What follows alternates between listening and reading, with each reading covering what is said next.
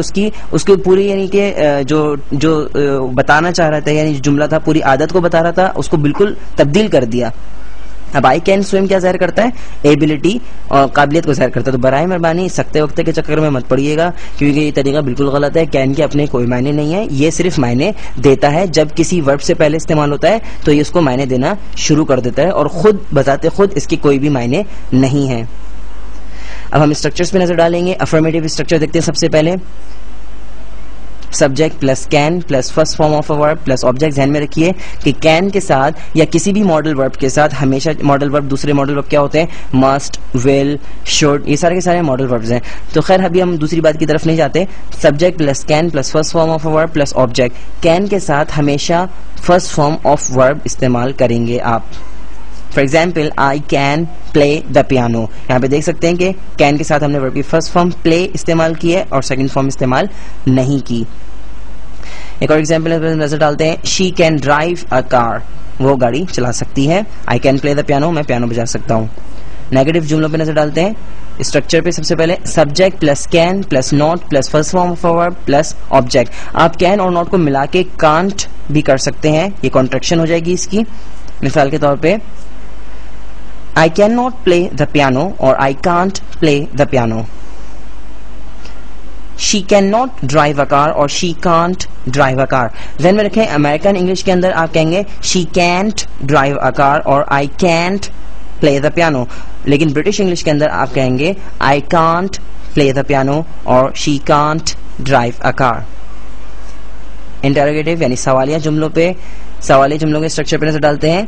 Can plus subject plus first form of verb plus object. आपको जैसे मालूम है कि जब हम हेल्पिंग वर्ब को पहले रख देते हैं सब्जेक्ट से पहले तो वो इंटरोगेटिव बन जाता है, सवालिया बन जाता है, लेकिन यहाँ पर हम कैन ही यानी कि हेल्पिंग वर्ब के तौर पे भी कैन ही इस्तेमाल हो रहा है, तो हम कैन को जो है सब्जेक्ट से पहले रख देंगे। तो can plus subject plus first form of verb plus object. Can you play the piano, क्या तुम पियानो बजा सकते हो? Can she drive a car, क्या वो गाड़ी चला सकती है? यहाँ पे आप देख रहे हैं कि हमने यहाँ पर भी वर्ब की फर्स्ट फॉर्म इस्तेमाल की है। कैन के साथ वर्ब की फर्स्ट फॉर्म ही इस्तेमाल होगी, चाहे वो अफर्मेटिव जुमला हो, चाहे नेगेटिव हो, चाहे इंटेरोगेटिव हो। और जितने भी मैंने आपको स्ट्रक्चर बताए हैं, बराए मेहरबानी इस स्ट्रक्चर को ही फॉलो कीजिएगा, क्योंकि ये स्ट्रक्चर जब आप फॉलो करेंगे तो आपका जुमला सही होगा। और अगर आप अपना कोई बनाया हुआ स्ट्रक्चर फॉलो कर रहे हैं तो खैर उसका इंग्लिश से कोई ताल्लुक नहीं है। अच्छा जी, अब हम कुछ नजर डालते हैं सही और गलत जुमलों पे। करेक्ट जुमला क्या है? अली कैन स्पीक इंग्लिश, ये जुमला बिल्कुल सही है। इसमें देख रहे हैं कि सब्जेक्ट है अली, कैन है, उसके बाद वर्ब की फर्स्ट फॉर्म स्पीक और फिर इंग्लिश जो कि ऑब्जेक्ट है। इनकरेक्ट फॉर्म क्या है? Ali can to speak English. देखें यहाँ पे टू जो आपने इस्तेमाल कर लिया, ये चीज जो है वो गलत है। कैन के साथ इन्फिनेटिव यानी two plus verb first form कभी भी इस्तेमाल नहीं होती है। एक और इनकरेक्ट जुमले पे नजर डालते हैं। Ali can speaks English. अगर आप ये कहें कि अली कैन स्पीक्स इंग्लिश तो ये जुमला भी गलत है। ध्यान में रखें कि आप जब मॉडल इस्तेमाल कर रहे हैं तो आप वर्ब की मेन वर्ब के साथ कभी भी टू का इस्तेमाल नहीं कर सकते। इसी तरीके से आप थर्ड पर्सन सिंगुलर में, जैसे कि आपको मालूम है प्रेजेंट सिंपल टेंस के अंदर हम अगर थर्ड पर्सन सिंगुलर हमारे पास होता है तो हम वर्ब के साथ एस या एस का इजाफा करते हैं, ठीक है। तो ये चीज भी आप यहाँ पर नहीं करेंगे, क्योंकि यहाँ पर आप मॉडल वर्ब का इस्तेमाल कर रहे हैं जो कि क्या है?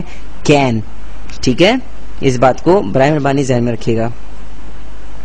अब हम शॉर्ट रिप्लाईज यानी मुख्तसर जवाबात पे नजर डालते हैं। A, can you fly an aeroplane, क्या तुम जहाज उड़ा सकते हो? Number 2, can she bake a cake? Yes she can. Number 3, can he swim, क्या वो तैर सकता है? बी, यस ही कैन, हाँ वो तैर सकता है।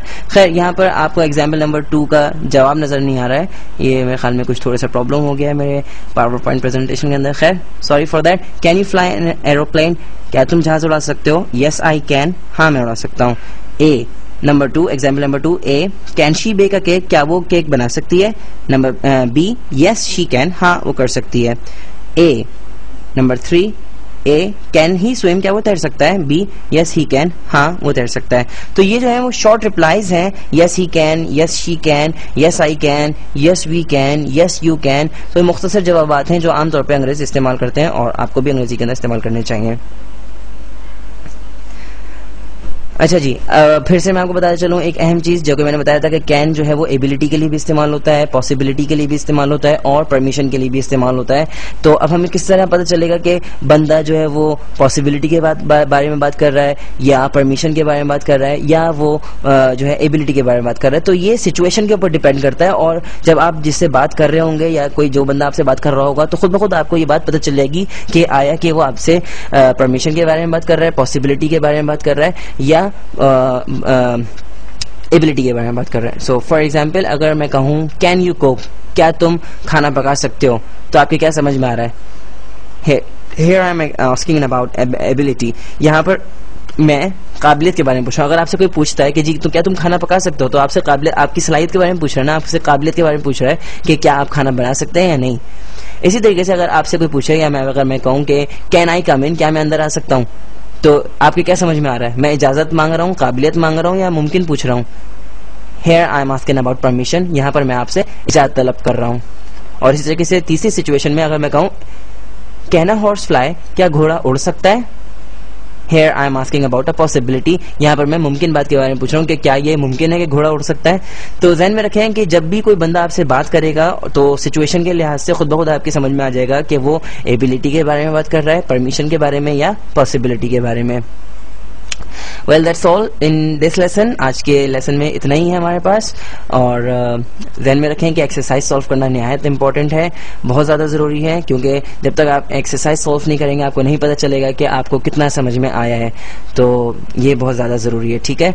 तो बराए मेहरबानी for solving the exercises please visit my website www.a2zofinglish.com।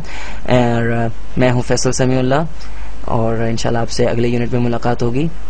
तब तक के लिए अस्सलाम वालेकुम।